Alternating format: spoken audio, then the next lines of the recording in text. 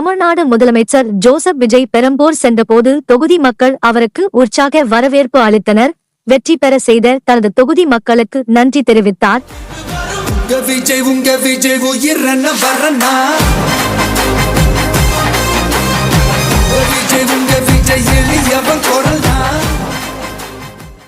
இது தொடர்ந்து பெரம்பூரில் தனது சட்டமன்ற தொகுதி அலுவலகத்தை திறந்து வைத்து அதிகாரிகளுடன் ஆலோசனை செய்தார்.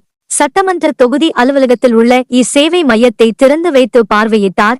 மேலும் அரசு பேருந்து பணிமனையை ஆய்வு மேற்கொண்டு பேருந்தில் ஏறி அமர்ந்து அதிகாரிகளிடம் சேவையை குறித்து கேட்டறிந்தார். தமிழ்நாட்டில் புதிய குடும்ப அட்டை வேண்டும் என்று விண்ணப்பித்த பொதுமக்களுக்கு முதல் கட்டமாக 73,000 குடும்ப அட்டை வழங்கும் நிகழ்ச்சியினை முதலமைச்சர் தொடங்கி வைத்து அவர்களுக்கு குடும்ப அட்டை வழங்கி அரிசி, பருப்பு, சமையல் எண்ணெய் உள்ளிட்ட ரேஷன் பொருட்களை வழங்கினார்.